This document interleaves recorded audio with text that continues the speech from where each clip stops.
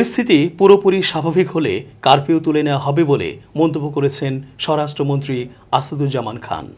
স্বরাষ্ট্রমন্ত্রীর বাসভবনে আইনশৃঙ্খলা রক্ষাকারী বাহিনীর সঙ্গে বৈঠক শেষে এক সংবাদ সম্মেলনে এ কথা জানান তিনি।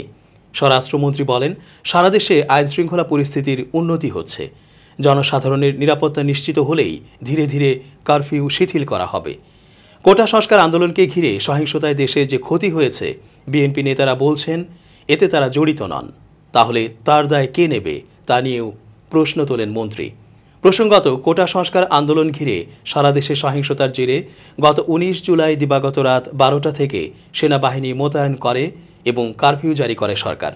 এ সময় গত শুক্রবার ও শনিবার সাপ্তাহিক ছুটির পর রোববার, সোমবার ও মঙ্গলবার পর্যন্ত 3 দিন নির্বাহী আদেশে সাধারণ ছুটি ঘোষণা করা হয়।